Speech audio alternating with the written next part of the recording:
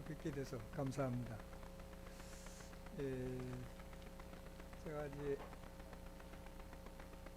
맥주 감사절 목회하면서 이제 38년 정도 목회했으니까 한 38년 정도 맥주 감사절 설교를 한 것 같아요. 그만큼 이제 매번 이제 맥주 감사절 설교를 해왔는데 오늘 또 맥주 감사절 설교를 통해서 같이 은혜되는 그런 시간이 되기를 바랍니다. 이 맥주절을 지키라고 하시는 말씀은 이제 출애굽기나 민수기 그리고 레위기, 신명기 모든 그 모세 오경에 창세기를 빼고서는 다 기록이 되어 있습니다. 그만큼 맥주절을 강조했는데 이렇게 지키라고 명령한 이 말씀은 가나안 땅에 들어간 후입니까? 가나안 땅에 들어가기 전입니까? 가나안 땅에 들어가기 전이잖아요, 그렇죠? 들어가기 전에 맥주절을 지키라고 명령을 하신 겁니다. 그러니까 지금 사실 이제 지금 이분들은 광야 생활하면서 뭐 농사를 질 수 없었죠. 광야 생활하면서 계속 옮겨 다녔기 때문에 농사를 질 수 없었고, 그리고 애굽 땅에 있을 때도 여전히 그들은 농사짓기보다는 목축을 주로 했고, 또 가나안 땅에 있으면서도 여전히 목축을 이제 했을 텐데, 그렇다면 가나안 땅에 들어가서 가나안 땅에 그 광야에서 계속 목축을 했을 텐데 가나안 땅에 들어가서 농사를 짓는다. 농사를 어떻게 할 수 있을까요? 한 번도 해보지 않은 사람들이 농사를 할 수 있습니까? 농사를 하려면 농사는 법을 알아야 되잖아요. 그렇죠? 우선 어떤 땅에 어떤 곡식을 심어야 되는지, 우리가 뭐 이제 그 땅콩이나 뭐 이런 것들은 좀 모래 땅 뭐 이런 데다 심어야 된다고 그러잖아요.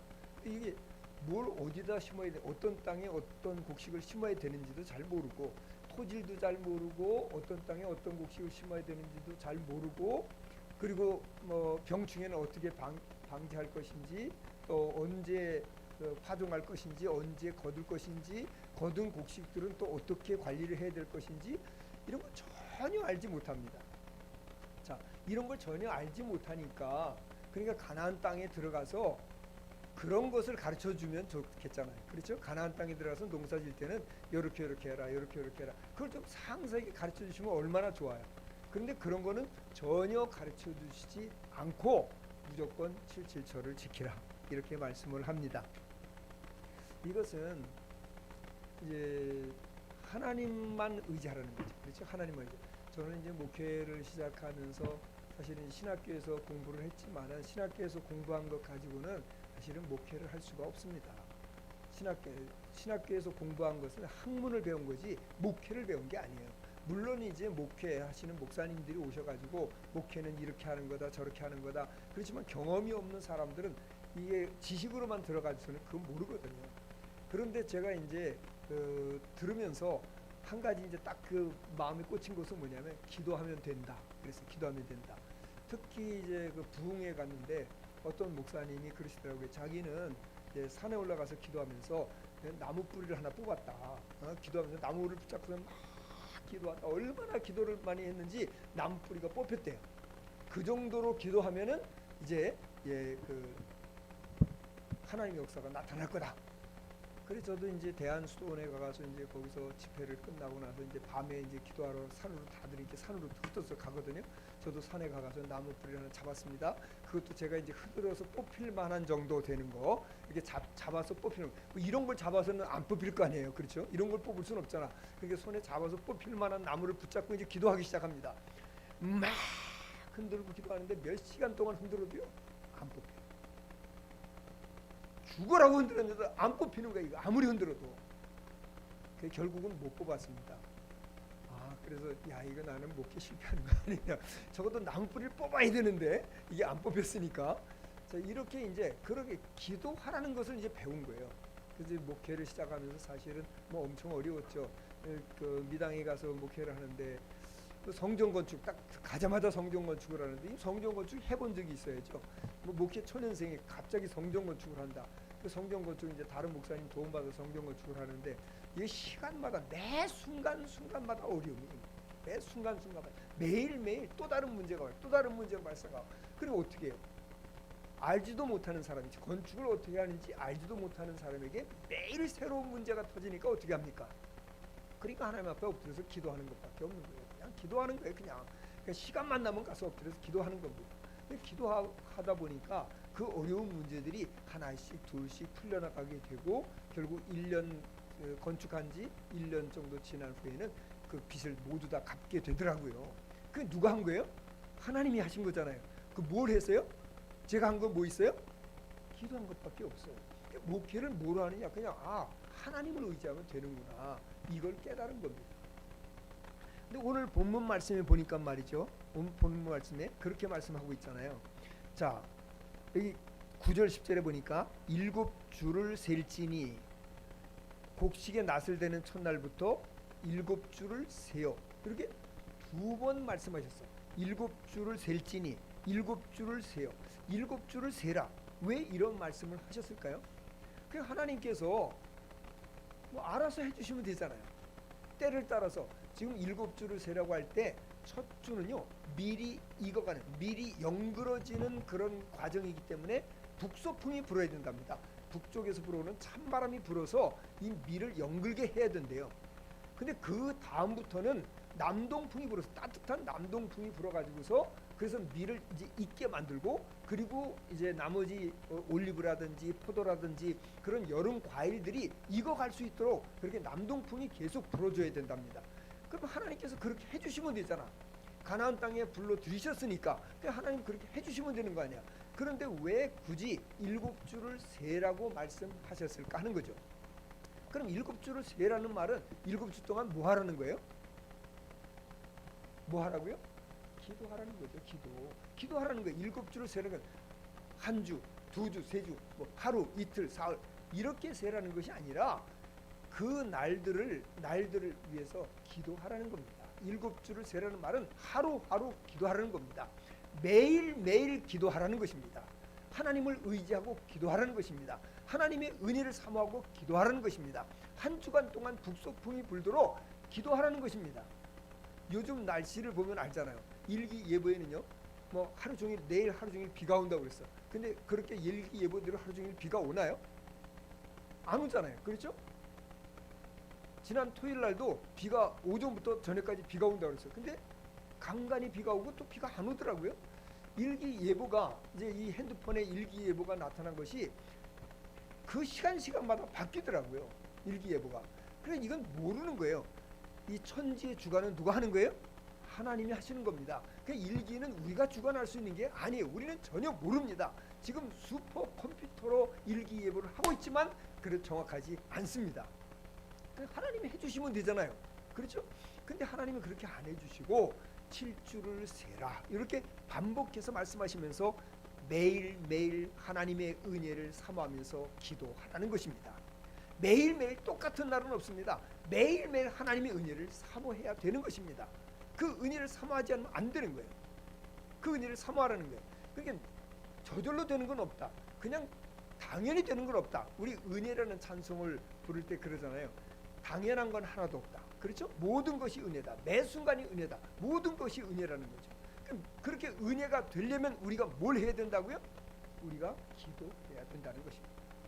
매 순간 기도해야 돼요. 매 순간. 어제 이렇게 했으니까 오늘도 잘 될 거야. 아니요. 오늘 또 기도해야 돼요.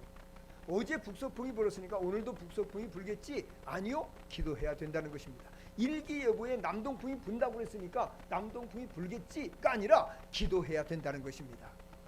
그래서 에스겔서 36장 33절에서 38절에는 이런 말씀이 있습니다. 같이 한번 읽어볼까요? 같이 읽어보죠. 주 여호와께서 이같이 말씀하셨느니라. 내가 너희를 모든 죄악에서 정결하게 하는 날에 성읍들의 사람이 거주하게 하며 황폐한 것이 건축되게 할 것인즉. 잠깐만요.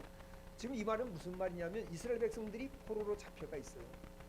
그런데 모든 죄악에서 내가 너희를 하나님께서 그들을 모든 죄악에서 정결케 하는 날, 그들을 회복시키는 날, 그날은 어떤 일이 일어날 것이냐를 말씀하고 있는 거예요. 성읍들의 사람이 거주하게 하면, 지금은 황폐해졌다는 거예요. 사람들이 다 쫓겨갔어. 그러니까 살만한 곳이 못 돼. 그런데 사람들이 거주하게 하고 황폐한 것이 건축되게 할 것이다. 자, 34절부터 계속 있습니다. 전에는 지나가는 자의 눈에 황폐하게 보이던 그 황폐한 땅이 장차 경작이 될지라. 사람이 이르기를 이 땅이 황폐하더니 이제는 에덴 동산같이 되었고 황량하고 적막하고 무너진 성읍들의 성벽과 주민이 있다 하리니. 37절 36절 예. 너희 사방에 남은 이방이 나 여호와가 무너진 것을 건축하며 황폐한 자리에 심은 줄을 알리라. 나 여호와가 말하였으니 이루리라. 주 여호와께서 이같이 말씀하셨느니라. 자, 보세요. 지금 앞에 36절까지 뭘 말씀하고 있습니까? 이스라엘 백성들을 회복시킬 것이다. 포로에서 그들을 불러내서 그들을 회복시킬 것이다 라고 말씀하고 있습니다. 그런 약속을 해주셨어요. 그런데 계속 있습니다. 그래도 이스라엘 족속이 이같이 자기들에게 이루어주기를 내게 구하여야 할지라. 기도해야 된다는 것입니다. 하나님이 무궁무진한 축복을 약속하셨어요. 그럼에도 불구하고 우리가 뭐 해야 된다고요? 기도해야 된다는 것입니다. 기도해야 역사가 일어나는 거예요. 기도하지 않으면 아무 일도 일어나지 않습니다. 우리가 복을 받는 것은 우리가 기도해야 복을 받는 것입니다. 기도하지 않으면 복을 받지 못합니다. 하나님을 의지하지 않으면 복을 받지 못합니다. 범사에 그를 인정하라. 그를 인정하고 그를 의지하라. 그러면 그가 내 길을 지도하시리라. 하나님께서 복을 주셔야 되는 것입니다. 그러기 위해서 우리는 매일매일 매 순간순간 기도해야 되는 것입니다. 자, 그래서 복을 받았습니다. 그러면 어떻게 하라는 얘기입니까? 10절 보니까 같이 한번 읽어볼까요? 한 번 더. 10절 내 하나님 여호와 앞에 7절을 지키되 내 하나님 여호와께서 내게 복을 주신 대로 내 힘을 헤아려 자원하는 예물을 드리고. 그렇게 말씀했습니다. 복을 주시면 그러면 복을 헤아려, 내가 얼마나 많이 복을 받았는지를 한번 헤아려 보라는 것입니다. 이게 하나님께 주신 복을 한번 셈해 보라는 것입니다.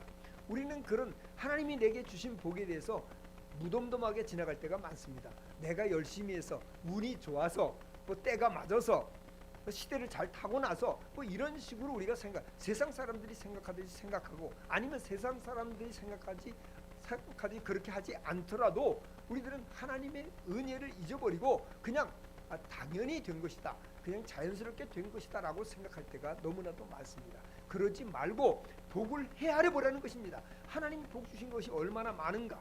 지금까지 우리가 건강한 것, 우리가 정말 가정을 꾸린 것, 가정이 행복한 것, 우리 자녀들에게 주신 복, 그리고 물질적인 복, 이런 모든 것들을 헤아려 보고 라고 말씀하실 것입니다. 이것이 하나님께서 주신 것인 줄 알라, 그 말이잖아요. 그렇죠? 하나님 주신 것을 알아야 되는 거예요. 우리가 복 주신 그분을 모르면 우리는 감사할 수 없습니다. 감사할 수 없어요. 부모님의 은혜에 감사하는 사람은 어떤 사람이 감사합니까? 그 은혜를 아는 사람이 감사하잖아요. 부모의 은혜를 모르면요, 감사할 줄 몰라요. 모릅니다. 부모의 은혜를 아는 사람만 감사할 수 있는 겁니다. 자, 이렇게 그 농사도 내 힘으로 되는 것이 아니라 하나님의 은혜로 된다는 것을 알고 그 아는 사람만 하나님 앞에 감사할 수 있는 겁니다. 그런 사람은 자원해서 내 힘대로 자원해서 하나님 앞에 예물을 드려라. 힘대로. 그러니까 억지로 드릴 필요 없다는 거죠. 힘에 지나치게 내가 뭐 10,000원이 있는데 뭐 30,000원을 드리겠다, 100,000원을 드리겠다, 이렇게 할 필요가 없다는 거예요. 내게 주신 복, 그 복을 헤아려 보고 내 힘대로, 내가 능력이 되는 대로, 내 형편에 닿는 대로 그렇게 하나님 앞에 예물을 드려라. 자원해서 예물을 드려라. 억지로 드리지 말고, 다른 사람 눈치 보고 드리지 말고, 그냥 자원해서, 자원하는 마음을 가지고 하나님 앞에 예물을 드려라 라고 말씀하고 있는 것입니다. 복을 받기 위해서 예물을 드립니까? 받은 복을 헤아려서 예물을 드립니까? 복 받기 위해서 드리는 게 아닙니다. 내가 이만큼 드리면 하나님 이만큼 주시겠지가 아니에요. 이미 하나님 우리에게 복을 주셨습니다. 우리에게 주신 것을 알고 드리는 거예요. 예물 드리는 거, 하나님 앞에 감사 예물 드리는 것은 알고 드리는 거지 복 받기 위해서 드리는 것은 전혀 아니다라는 것을 우리는 알아야만 됩니다. 그래서 우리가 이 예물을 드린다, 하나님 앞에 감사하지 못하는 것은요, 그건 하나님께 마음이 없기 때문입니다. 그래서 마태복음에 그렇게 말씀했잖아요. 6장 21절에 보니까 내 보물 있는 곳에 내 마음도 있다 라고 말씀하고 있는 거예요. 정말 하나님을 사랑한다면 하나님 앞에 온전한 예물을 드려 감사를 드려야 되겠죠. 11절에 보니까 이렇게 말씀했어요. 누구와 함께 즐거워하라고 그랬습니까? 레위인, 그 다음에 객과 고아와 과부. 이게 무슨 말이에요? 어려운 이웃들과 함께 잔치를 누려라. 어려운 이웃들과 함께 복받은 것을 함께 나누고 누려라. 이렇게 말씀하고 있는 거죠. 첫 번째 단, 이게 맥추절을 지키기까지 7주를 세라고 했는데 7주를 세라고 할 때 그 앞에 뭐라냐면 첫 단을 드린 후에 이렇게 말씀했어요. 그러니까 첫 단, 보리 처음에 곡식 추수해서 보리단 한 단을 하나님 앞에 드립니다. 첫 단은 하나님 앞에 드리도록 했고, 그러면 마지막은 어떻게 할까요? 마지막 단은 어떻게 할까요? 레위기 23장 22절에 보니까 이렇게 말씀하고 있습니다. 너희 땅의 곡물을 벨 때 밭 모퉁이까지 다 베지 말며 떨어진 것을 줍지 말며 그것을 가난한 자와 거류민을 위하여 남겨두라. 다 베지 말래요. 마지막 것 베지 말라는 거예요. 다 베지 말고 남겨두래. 첫 단은 하나님께, 그리고 마지막 것은 누구에게? 어려운 이웃에게. 이게 하나님의 마음입니다. 자, 이렇게 하나님께서 우리에게 주신 복을 가지고서 하나님 앞에 예물을 드리고, 그리고 또 한 가지 뭐예요? 또 한 가지 이웃들과 함께 나눠라. 이것이 맥추절에 우리에게 주신 명령입니다. 그런데 저는요, 바로 이 맥추절은 지금 무엇과 이어진다고요? 성령 강림절. 성령 강림과 이어지는 맥추절. 성령이 언제 임하셨어요? 오순절, 곧 맥추절에 임했습니다. 참 신기하잖아요. 그럼 이 맥추절은 도대체 뭘 말하는 것일까? 맥추절, 왜 맥추절에 우리 주님께서 성령께서 오셨을까 하는 것입니다. 맥추절에 성령께서 오셔서 어떤 일들이 일어났는가를 보면 알 수 있습니다. 맥추절에 딱 성령이 임하자마자 처음에 나타나는 현상이 뭡니까? 우리는요, 성령이 임하시면 제일 먼저 하고 싶은 일이 뭘까요? 제일 먼저 내 입에서 나오는 게 뭘까요? 감사와 찬양이잖아요. 그렇죠? 감사와 찬양이 나옵니다. 다시 말하면 예배가 회복되는 거예요. 예배가 회복돼요. 그래서 사도행전 2장 46절에서 47절 보니까 날마다 마음을 같이하여 성전에 모이기를 힘쓰고 그랬습니다. 성전에 모이기를 힘쓰고. 성전에 모여서 뭘 했을까요? 이 47절에 보니까 하나님을 찬미하며, 여기 보니까 집에서 떡들 떼며 기쁨과 순전한 마음으로 음식을 먹고 하나님을 찬미하며, 하나님을 찬미하는 일이 일어나는 거예요. 하나님을 예배하는 일이 일어나는 겁니다. 예배가 회복되는 거예요. 저는 밝은빛 교회 장로님이 이런 간증을 하시더라고요. 1975년도에 여의도 광장, 옛날 5.16 광장이었죠. 거기서 이제 그 빌리그레엄 목사님이 집회가 있었는데요. 그분이 고향이 당진이랍니다. 당진에서 학교를 다녔는데 그 학교를 다닐 때에 그 빌리그레엄 목사님, 그 어린 학생 시절에 성령을 받고 너무나도 예배가 사모되고 빌리그레엄 목사님 그 설교, 그 예배에 참여하고 싶었대요. 그래서 자기들 그 몇 명 은혜 받은 아이들끼리 그렇게 이제, 야 그럼 우리 한번 가보자. 그럼 어떻게 가냐? 방법이 없으니까 자전거, 집에 있는 자전거들을 다 가져와서, 옛날 그 짐 자전거 있지 않습니까? 큰 거 있지 않습니까? 막 짐에 뒤에 이렇게 큰 그 짐 바지가 있는 거, 그 자전거를 끌고 여의도까지 왔대요. 1박 2일에 걸쳐서 여의도까지 와가지고서 예배를 드리고, 그 중간에 어디서 할 1박을 하면서 1박 2일 동안 여의도에 와서 예배 드리고, 그리고 예배가 마친 후에 그 일주일인가 예배 드렸는데 그거 마친 다음에 자전거 타고 다시 당진으로 돌아왔대요. 이게 뭐예요? 성령 받으니까 사모함이 있는 거예요. 예배가 사모되는 거예요. 하나님의 말씀이 사모되고 찬양하는 게 사모되고 막 사모하는 거예요. 그러니까 예배 드릴 때 어때요? 찬양이 어때요? 막 열정적으로 찬양하세요. 저는 아까 장로님 찬양하는데 보니까 장로님 어떻게 반주도 없이 그렇게 잘하시나 몰라. 음정 박자도 틀리지 않았어요. 물론 중간에 약간 좀 이렇게 흔들리셨는데 그 뭐 저희도 이제 흔들리잖아요. 반주가 없으면 흔들리거든요. 근데 흔들리지도 않고 그렇게 어떻게 잘하실까? 이런 열정, 그 이 연세에 이런 열정이 살아있다. 이건 대단한 겁니다.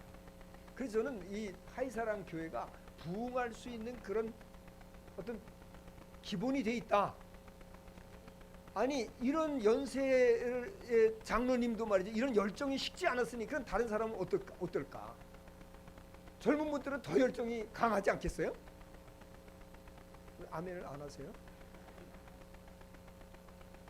그런 열정, 이게 뭐예요? 예배를 사모하는 거죠. 성령이 임하면 예배가 사모되는 거예요. 하나님을 사모하는 거예요. 그 예배가 회복되는 겁니다. 그래서 골로새 3장 16절에 17절 말씀 보니까 그리스도의 말씀이 너희 속에 풍성히 거하여 모든 지혜로 피차 가르치며 권면하고 시와 찬송과 신령한 노래로 부르며 감사하는 마음으로 하나님을 찬양하고. 이렇게 하나님을 찬양했어. 예배를 너무너무 사모하니까 그냥 예배를 드리는 일에 온 마음을 다해서 예배를 드리게 되는 겁니다. 예배가 회복됐어요. 두 번째는 보니까 영혼 추수하는 일에 온 힘을 쏟았습니다. 하나님께서 이스라엘 백성들에게 맥추절을 지키라고 하면서 곡식 심고 거두고 하는 어떻게 그걸 가꾸냐 이런 걸 가르친 것이 아니라 예배를 먼저 가르쳤어요. 예배가 먼저 회복되어야 된다. 이걸 가르치신 거예요. 그렇듯이 이스라엘 백성들이 성령이 임하자마자 첫 번째로 나타난 것은 예배가 회복됐습니다. 예배가 회복되자마자 바로 나타나는 현상이 뭐냐? 영혼 구원, 영혼을 추수하는 일에 헌신했습니다. 맥추절이 뭡니까? 추수한 것을 거둬들이는 날이잖아요. 그렇죠? 거둬들인 것을 감사하는 날이잖아요. 우리 주님께서 부활하셨습니다. 부활하신 것을 고린도전서 15장 20절에는 이렇게 표현했습니다. 그러나 이제 그리스도께서 죽은 자 가운데서 다시 살아나사 잠자는 자들의 첫 열매가 되셨도다.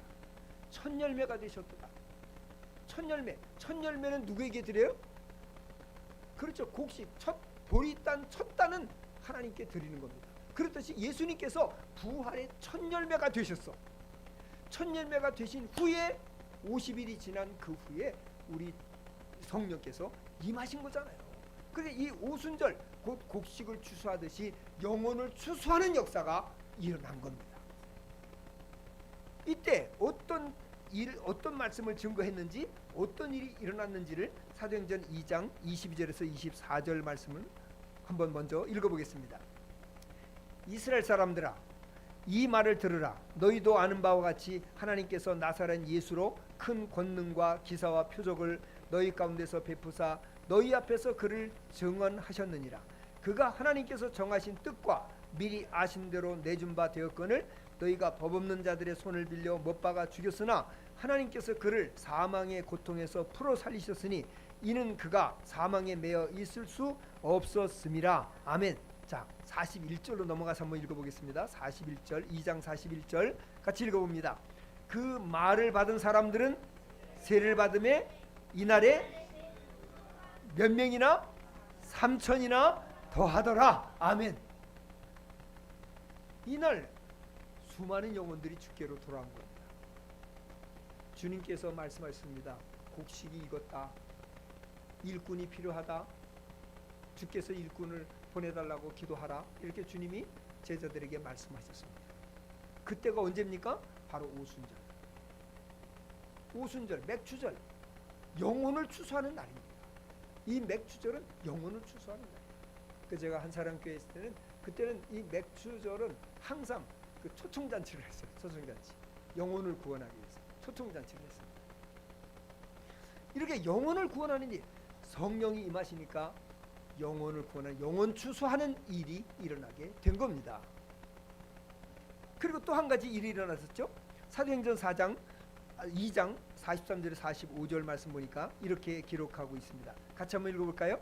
사람마다 두려워하는데 사도들로 말미암아 기사와 표적이 많이 나타나니 믿는 사람이 다 함께 있어 모든 물건을 서로 통용하고 또 재산과 소유를 팔아 각 사람의 필요를 따라 나눠 주며. 이게 오순절에 있었던 역사와 지금 똑같은 역사들이 계속 일어나고 있는 겁니다. 오순절에 행했던 일들이 지금 그대로 지금 일어나고 있는 겁니다. 오순절에 너희들이 그 추수한 것 감사함으로 하나님 앞에 예물을 드릴 뿐만 아니라 그것을 나누라 했던 것처럼 성령이 임하시니까 영원 추수가 일어나게 되고, 영원 추수와 함께 동시에 일어난 것이 뭐냐? 그것은 많은 사람들에게 나눠주는 일이에요. 지금 이것은 맥주절에 일어났던 일과 똑같은 일들이 오순절 성령의 강림으로 일어난 것입니다. 자, 그렇다면 오늘날 우리들이 이 맥주절을 지키면서 우리들은 뭘 하게 되겠습니까? 우리들에게서 예배가 온전히 회복되기를 바랍니다. 예배는 그냥 1시간 예배 드리는 것으로 끝나는 게 아닙니다. 우리가 예배의 열정이 회복되어야 됩니다. 비록 연세들이 있지만은 그런 주님을 사모하는 그런 열심, 주님을 사모하는 열심, 그런 열심으로 내 정말 목청을 다해서 온 마음을 다해서 하나님을 예배할 수 있기를 바랍니다. 그런 예배가 살아나요. 예배가. 그래서 누군가가 우리 교회에 들어왔는데 예배 드리는 모습을 보면서 막 그냥 성령이 동시에 같이 임하는 역사가 일어나야 되지 않겠습니까? 뿐만 아니라 또 동시에 일어나는 건 뭐예요?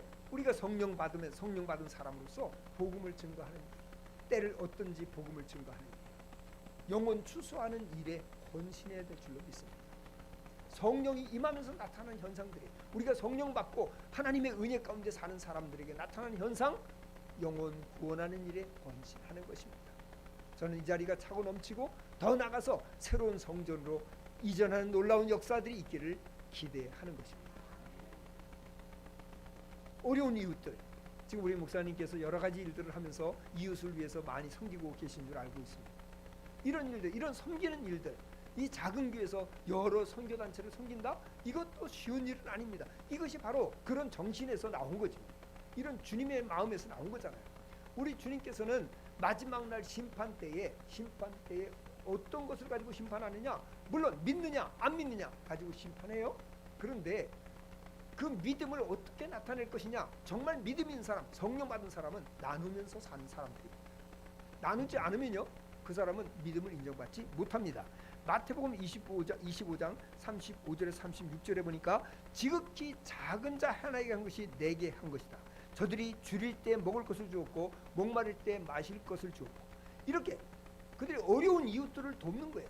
이건 성령의 사람, 성령이 임하시면 자연스럽게 나타나는 현상이지, 이건 그냥 억지로 누가 시켜서 되는 일이 아닙니다. 우리 하이사랑 교회는 이렇게 맥주절의 은혜, 하나님 주시는 은혜를 알고 하나님을 열정을 다해서 예배하고 복음을 증거하고 영혼 추수하는 일에 모두 헌신하고, 그리고 여전히 이웃과 함께 나누는 그런 아름다운 교회가 되기를 간절히 바랍니다. 기도하겠습니다.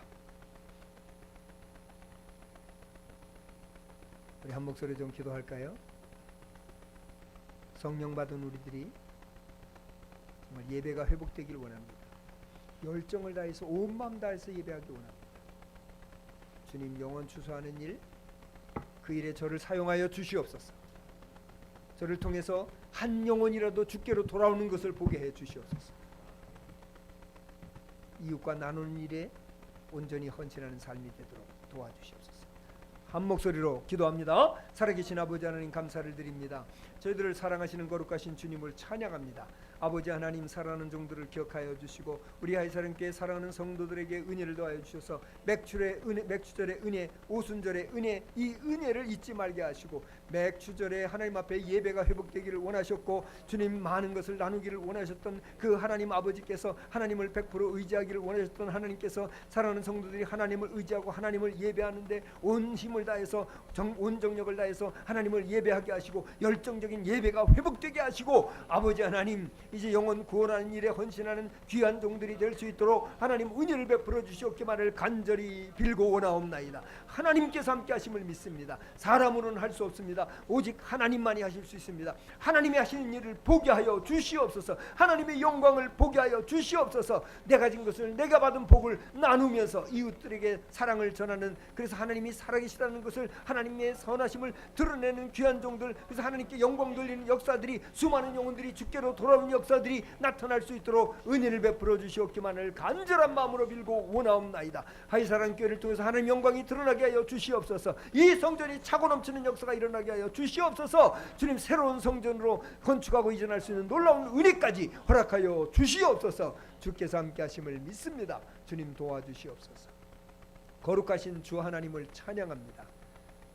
오늘 맥주절 하나님 앞에 감사로 영광 돌리는 사랑하는 종들에게 은혜를 더하여 주시고 성령으로 충만케 하여 주시옵소서.